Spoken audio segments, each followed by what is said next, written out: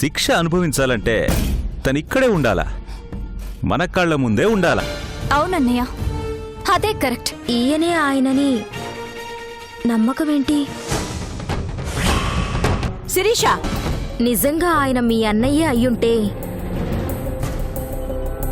అదిగో ఆ దేవుడి గదిలో ఉన్న దీపం ఎందుకు వెలుగుతూ ఉంటుందో చెప్పమనండి.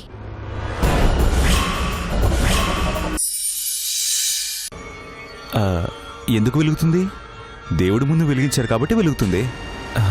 అదేదో ప్రశ్న అన్నట్టు అడుగుతున్నావు.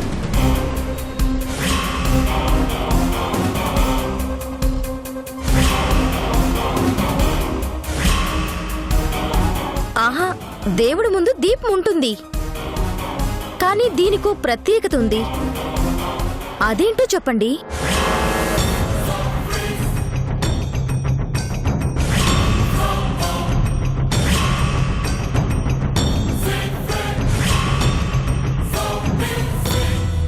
అంటే దేవుడి ముందు పెట్టే రకరకాల దీపాల్లో ఆ దీపం ఒకటే ఉంటుంది.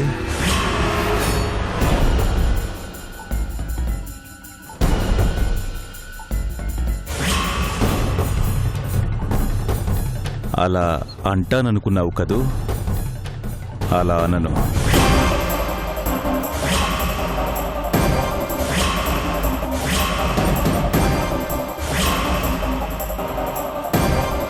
శిరీష, ఆ దీపం ఈ ఇంటి ఆచారం.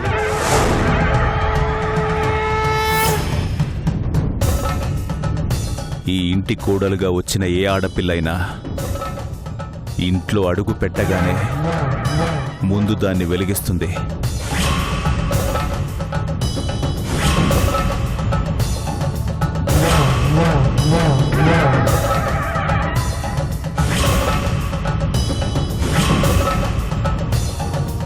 ఆ దీపాన్ని నిత్యం అలా ఆరకుండా చూసుకుంటూనే ఉంటుంది. ఎందుకంటే ఆ దీపం ఎంత అఖండంగా వెలుగుతుందో తన భర్త ప్రాణాలతో అంతే ఆరోగ్యంగా ఉంటాడని మా పూర్వీకుల నుంచి నమ్మకం. అందుకే ఆ దీపాన్ని దేవుడి ముందు వెలిగిస్తారు. దాన్ని సౌభాగ్య దీపం అంటారు.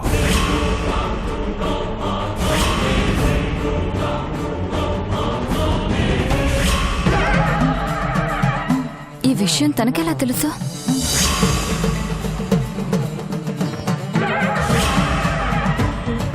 ఏమ్మా, తీరిందా నీ అనుమానం? ఆ దీపం అలా ఎందుకు వెలిగిస్తారనేది బయట వాళ్ళెవ్వరికీ తెలీదు. నాకు, నా బిడ్డలకి, నా ఇంటి కోడలిగా వచ్చిన నీకు తప్ప. చెప్పు, ఇప్పుడేమంటావు?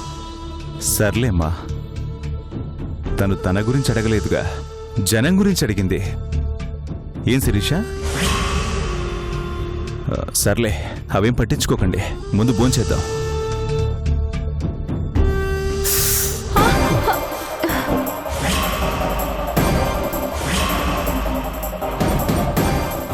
అయ్యో, ఏమైందిరా? ఏమైంది? లోయలో పడిపోయేటప్పుడు ఏదో కొమ్మ పట్టుకుంటే చెయ్యి గీసుకుందమ్మా. అయ్యో, అవునా? అయ్యో, నేను పెడతానుండు. నువ్వెందుకమ్మా? శిరీష ఉందిగా.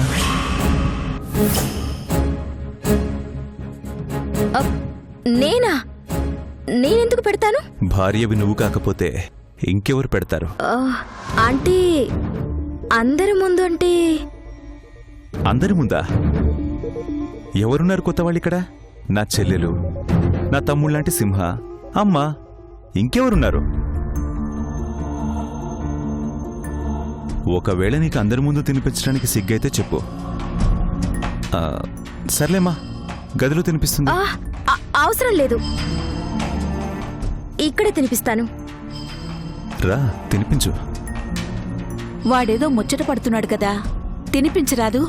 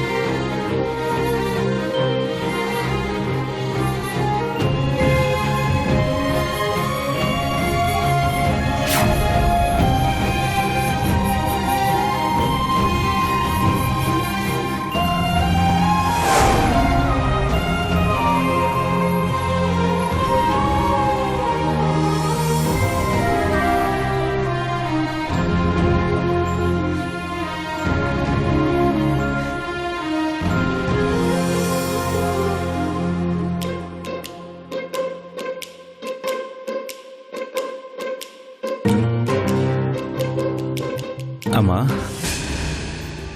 ఏమైనా అమ్మ చేతి వంటే తృప్తిగా ఉంది. కడుపు నిండా తిన్నాను కదా, నాకు నిద్రొస్తోంది, వెళ్ళి పడుకుంటాను. సరేరా. శిరీష, పద. మీరు వెళ్ళండి, నేను వస్తాను. అరే, కాళ్ళు నొప్పులుగా ఉన్నాయి.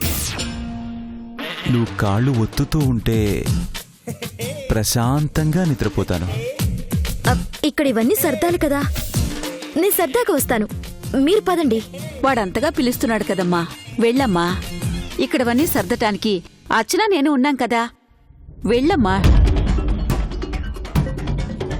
శిరీష, పద పద.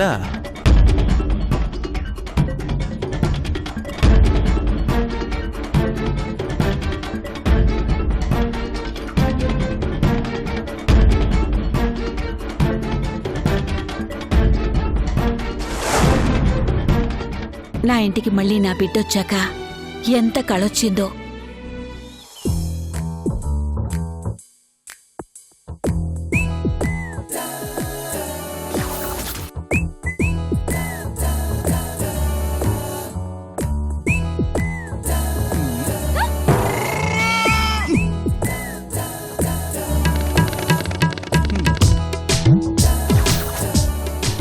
రా, నీ అనుమానం తీరిపోయింది కదా, వచ్చి పాదసేవ చేసుకో. ఏంటి? అర్థం కాలేదా? కాళ్ళు పట్టు అంటున్నా. కాళ్ళ? నీ కాళ్ళే పట్టాలా? ఎలా కనిపిస్తున్నా నీకు? శిరీషలాగా, నా భార్యలాగా. నేను నీ భార్యని కాదు, హరి భార్య. నేను ఓ, హరిని, శ్రీహరిని, నీ హరిని నేనే కదా డార్లింగ్. ఏయ్, ఒకేలా ఉన్నంత మాత్రానా నువ్వు ఆయన ఒకటెలా అవుతారు? ఇది మరీ బాగుంది. నేనే హరిని అవునా కాదా అని టెస్టులు పెట్టావా?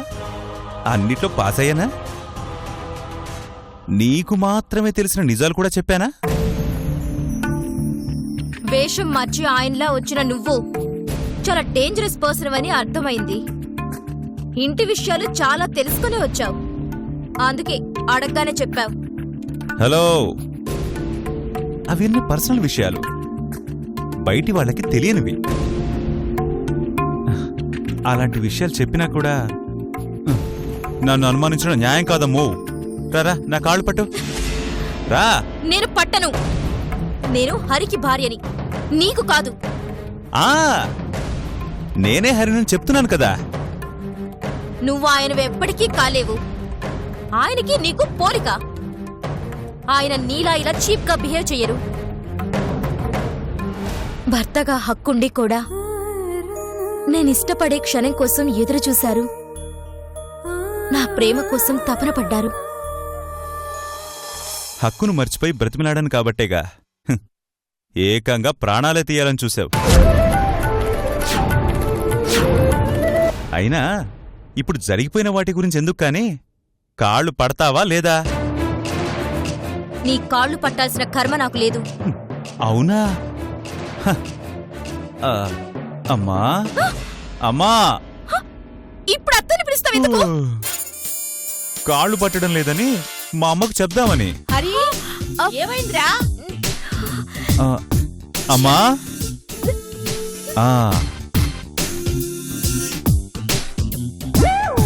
హరి, ఏమైందిరా?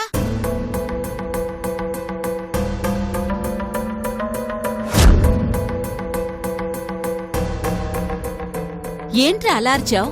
అమ్మా, అమ్మా, అది ఏం లేదత్తయ్యా, కాళ్ళు పట్టమన్నారు. కాస్త గట్టిగా పట్టేసరికి అలా అరిచారు. ఎరా, ఆ మాత్రం దానికి అలా అరవాలా? ఏదో గొంతు పిసికినట్టు. కొంచెం నొప్పిగా అనిపించి అరిచానులే అమ్మా. చాలే, మరీ విడ్డూరం.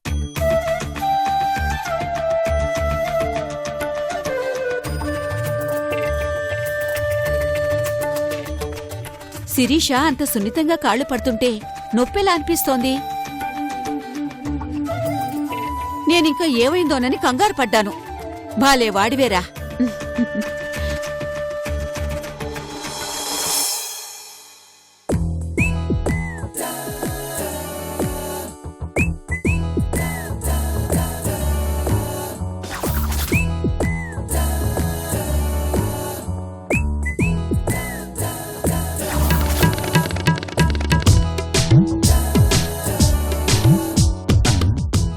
అమ్మా ఆ, నేను పడతాను. సరిగా పట్టు.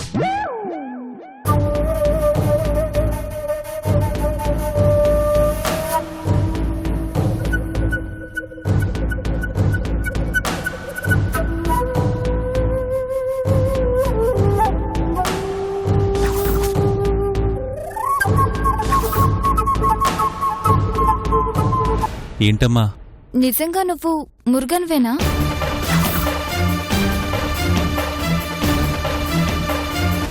ఏందమ్మా అట్టా అంటావో? వద్దు, నువ్వు మామూలుగానే మాట్లాడు. మళ్ళీ ఎవరైనా విన్నారంటే ప్రాబ్లం.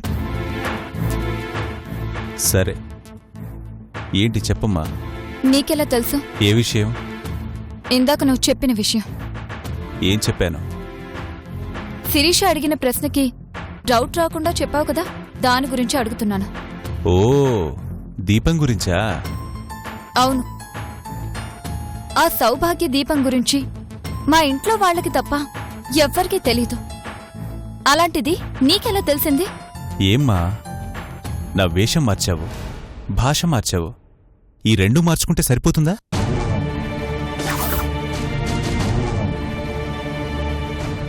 ఈ ఇంటి మనిషిగా నేనొస్తున్నానంటే ఆ మనిషి ఎలా ఉంటాడు, ఆ మనిషి పద్ధతులేంటి, ఇవే కాదమ్మా, ఆ ఇంటికి సంబంధించిన చాలా విషయాలు తెలుసుకుని మరీ రావాలి.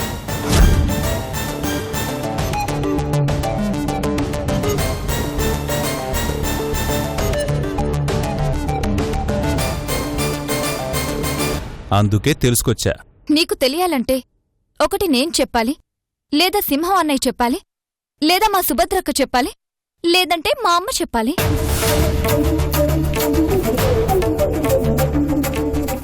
వాళ్లతో నీకు సంబంధం లేదు. నీకు పరిచయం అయింది ఫస్ట్ నేను. ఈ రోజు వరకు ఆ విషయం నేను నీకు చెప్పలేదు. అయినా కాని శిరీష అడగగానే అంత ఖచ్చితంగా సమాధానం చెప్పావంటే నిజం చెప్పు, నీకెలా తెలుసు? ఇప్పుడు నీ ప్రాబ్లం ఏంటమ్మా? ఎందుకు చెప్పాను అని బాధపడుతున్నావా, భలే చెప్పాడని సంతోషపడుతున్నావా? సమాధానం చెప్పినందుకు సంతోషంగా ఉన్నా ఎలా చెప్పగలిగావనే డౌట్ మాత్రం అలాగే ఉంది. అలాంటి వాటి గురించి పెద్దగా ఆలోచించకూడదమ్మా. అదే సమాధానం నేను చెప్పలేదనుకో, ఇప్పుడు మనిద్దరం ఇలా మాట్లాడుకునేవాళ్లమే కాదు. ఈ పాటికి ఇల్లంతా అల్లకల్లోలంగా ఉండేది. ఎవ్వణ్ణూ తీసుకొచ్చి నన్ను మోసం చేస్తున్నారా అని ఇప్పుడు ఆనందపడిన అమ్మే నిన్ను నిలదీసేది. మీ అక్క నిలదీసేది, సింహ నిలదీసేవాడు. ఒక్క సమాధానం చెప్పి వాళ్ళందరి ముందు నువ్వు తలదించుకోకుండా చేస్తే నువ్వేంటమ్మా నన్ను అనుమానిస్తున్నావు? అనుమానం కాదు, నాకు తెలుసుకోవాలనుంది. మాకు మాత్రమే తెలిసిన విషయం నీకెలా తెలిసింది? ఎందుకంటే ఆ విషయం బయట వాళ్ళకి తెలిసే అవకాశమే లేదు. అందుకే నీకు ఎలా ఎలా తెలిసింది? ఇక్కడ నువ్వు ఇలా అడిగావనుకో, గబాల్న ఎలా సమాధానం చెప్పాలో నాకు తెలీదు. ఎందుకంటే తెలుసు అంతే. అది ఎలా తెలుసు, ఎలా తెలుసుకున్నావంటే తెలుసుకున్నాను. అదే ఎవరి ద్వారా తెలుసుకున్నా? ఎవరి ద్వారా అయితే ఏంటమ్మా, మీ ఇంట్లో ఆ ఒక్క సమాధానంతో ఎవరి మనస్సులో ఏ చిన్న అనుమానం ఉన్నా అన్ని అనుమానాలు తీరిపోయాయి కదా. హ్యాపీగా ఉండు. అందరి మనసులో అనుమానం తీరింది, కాని నా మనసులో అనుమానం మొదలైంది కదా. ఆ అనుమానం తీర్చుకోవాలి కదా. కొన్ని ప్రశ్నలకు సమాధానం ఉండదు, కాని కొన్నిసార్లు సమాధానం ఉన్నా ప్రశ్నించే అవకాశం ఉండదు. నా దగ్గర సమాధానం ఉంది, కాని నువ్వు ప్రశ్నించాల్సిన అవసరం లేదు. ఒక్క సమాధానం ఇంతమందిని నమ్మించగలిగినప్పుడు గండం గడిచింది కదా అని ఆలోచించాలి గాని ఆ సమాధానం ఎలా తెలిసిందని ఆలోచించడంలో అర్థం లేదు. లైట్ తీసుకోమ్మా, ఎలా తెలిసినా మనకు ఉపయోగపడింది కదా, అంతవరకు సంతోషపడు.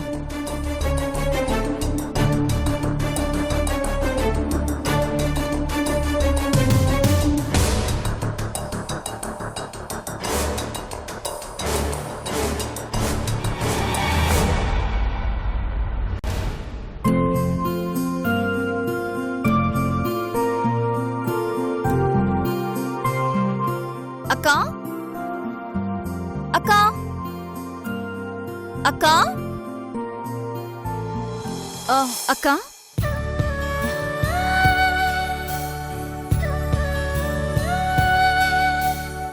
అర్చన,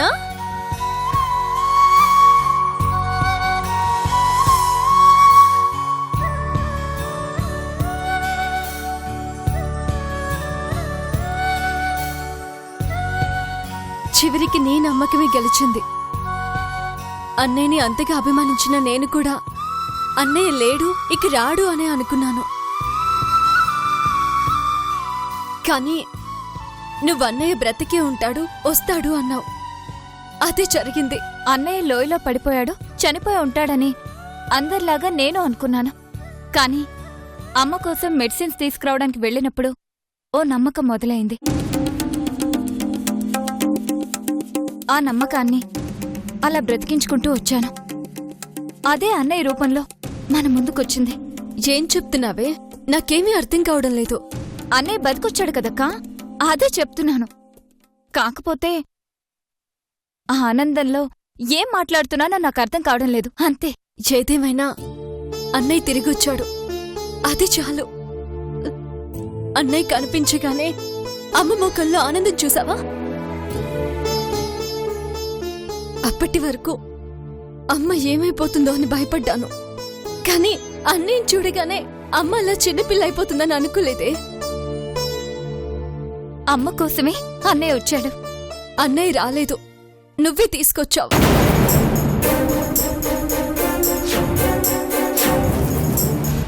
అదే నీ నమ్మకమే తీసుకొచ్చింది అంటున్నాను. ఎంత నమ్మకంగా అమ్మకి చెప్పి అన్నం తినేలా చేశావో అదే జరిగిందే. అన్నయ్యని మళ్ళీ ఇలా తిరిగి చూస్తాననుకోలేదు. కాని అన్నయ్య నిన్నలా తిడతాడని నేను అనుకోలేదు. అన్నయ్య వచ్చాడన్న ఆనందంలో అవేవి నాకు వినిపించలేదు. అయినా అన్నయ్య తిట్లు నాకెప్పుడూ ఆశీర్వాదమే. దాని గురించి నేనెప్పుడూ బాధపడను. నీ అంత ప్రేమగా నేనుండలేనేమో. కోపంలో కూడా ప్రేమని చూడగల నీ అంత గొప్పతనం నాకు లేదు. అమ్మా సుభద్రమ్మా, స్పీడ్ పోస్ట్ వచ్చిందమ్మా. నాకేం పోస్ట్ వచ్చింది? మీకు కాదమ్మా, మీ ఇంట్లో ఉంటున్నాడే అబ్బాయికి. ఓ, మా పూజారికా? ఇటివ్వు.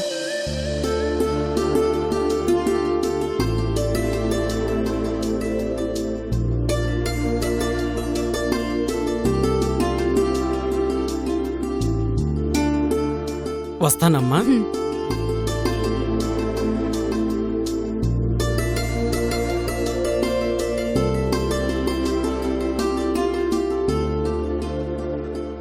ఇదేదో అపాయింట్మెంట్ లెటర్లో ఉందే. అపాయింట్మెంట్ లెటరా? దేనికి? దేనికేంటే, ఏదో జాబ్కి అప్లై చేసుంటాడు, జాబ్ వచ్చినట్టుంది. నేను అనుకున్నట్టు ఇది అపాయింట్మెంట్ లెటరే అయ్యుంటే చనిపోయిన అత్తయ్య ఆత్మ ఇప్పుడు శాంతిస్తుంది. పూజారి బాగా చదువుకోవాలని, మంచి జాబ్ చేయాలని అత్తయ్య కోరిక. అది తీరినట్టవుతుంది. ఈ లెటర్ పూజారికిస్తే తను హ్యాపీగా ఫీల్ అవుతాడు. అక్క, ఆ లెటర్ నేనిస్తాను. నువ్వివ్వడమెందుకే, నేనిస్తాను. ఏం పర్వాలేదులే, గుడ్ న్యూస్ కదా, చెప్పి విష్ చేస్తాను. ఏ, విష్ చేయి గాని టీస్ చేయకు.